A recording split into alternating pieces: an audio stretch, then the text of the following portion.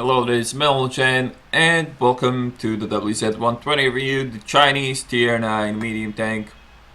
Let's look into the armor and then the soft stats and then the replay where I'll talk more about the tank. So, first of all, the armor is direct competitor to the T-54. The hull is much weaker than on the T-54, as you can see. The values at these angles are like 160 to 185, let's say, on the lower plate.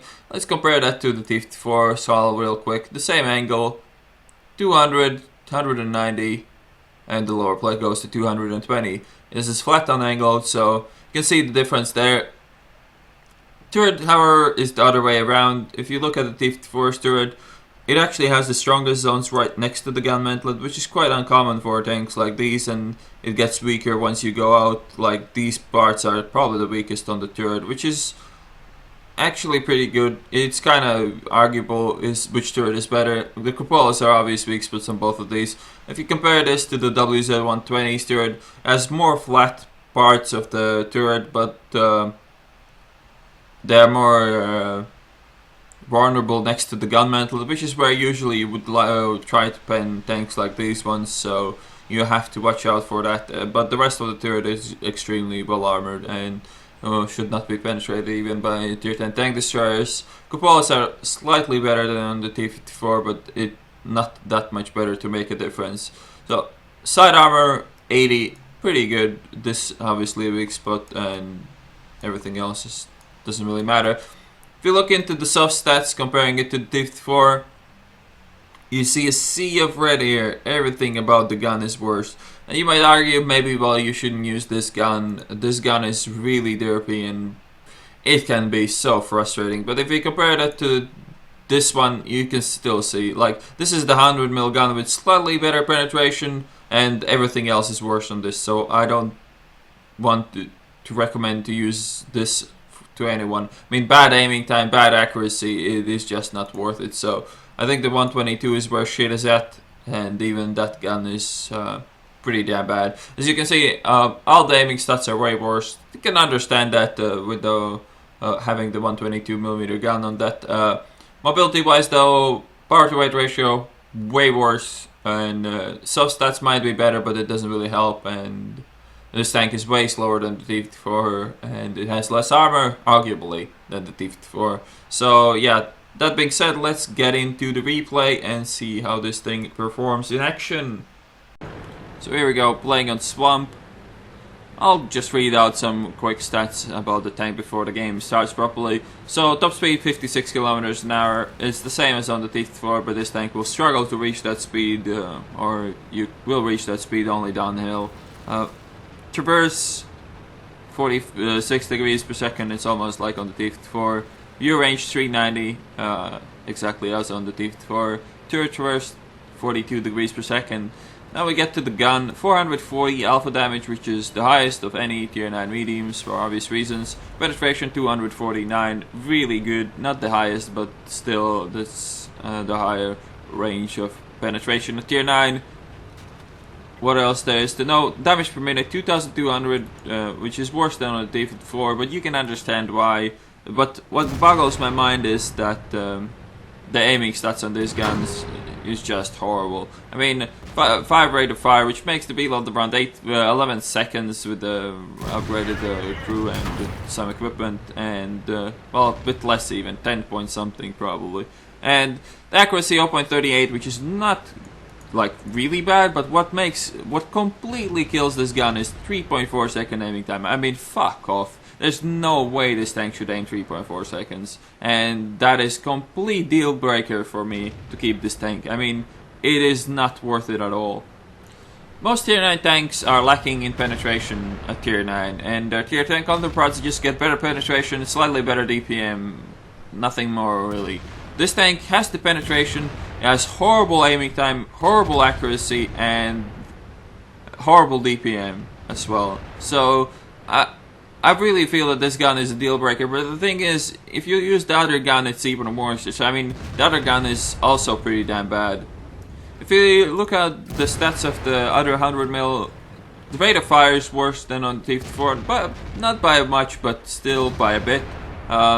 Accuracy 0.38, same as on the 122. Aiming time 2.9 instead of 2.3 on the T-54. So utter junk. The only thing this gun is better at than the T-54 is penetration. You have 14 more penetration at 215, well, which in my book is not worth it. At least the gun depression on this gun is exactly the same as on the T-54, but I don't know. I don't see using this gun at all. I mean, there's absolutely no point. Maybe if you cannot stand the 122, try this one out, or you probably will try this one out before you even get the 122, because did I mention that the stock grind is utter shit? I mean, one of the worst stock grinds at tier 9, by no doubt. So the stock grind really depends on which way you went in the line. If you went the light tank line, you'll have one of the 100 mils you need to even get the top turret. I'm pretty sure you need to get the tracks to mount the turret, which means that you need to grind 22 experience for the tracks. Then you need to grind, if you don't have any of the guns, you need to grind 45 experience for the gun you don't want to use because it's slightly better than the stock gun, but just slightly. Then you need to, that's 67k experience in total. Then you need to get 23k for the turret, which makes it around 90. And then you need to get 59,000 experience for a gun that is actually usable. So that's around 140, 150k experience just to make this tank playable. That is quite steep, and that's without engines that also cost quite a bit. But that's if you don't have any of them, and that still leaves you with the 122 to be researched, which is another 59k experience. So this grind is way overpriced, and like the first two guns are utter crap and they're unusable. Like, why is the second gun even here? Then again, if you went the light tank line, you'll have the second gun, you'll be able to mount the turret, and then you only have to grind one gun. If you have the light tanks and the heavy tanks, you'll actually have first 3 guns, and you'll only need to grind for the 122, which is actually not bad. Or if you have the tier 10 heavy tank, you'll have all the guns.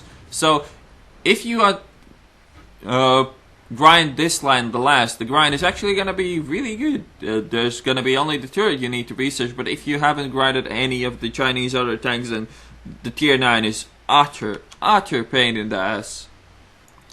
Equipment I would use on this is rammer, gun length drive, and road stabs. If you use the big gun, there's no way you don't use gun length drive and use optics or something like that. There's just no way you do that. If you use the 100mm, maybe you can get away with using optics over gun length drive, but still, 2.9 second aiming time on a medium tank is shit, so you still might consider the gun length drive.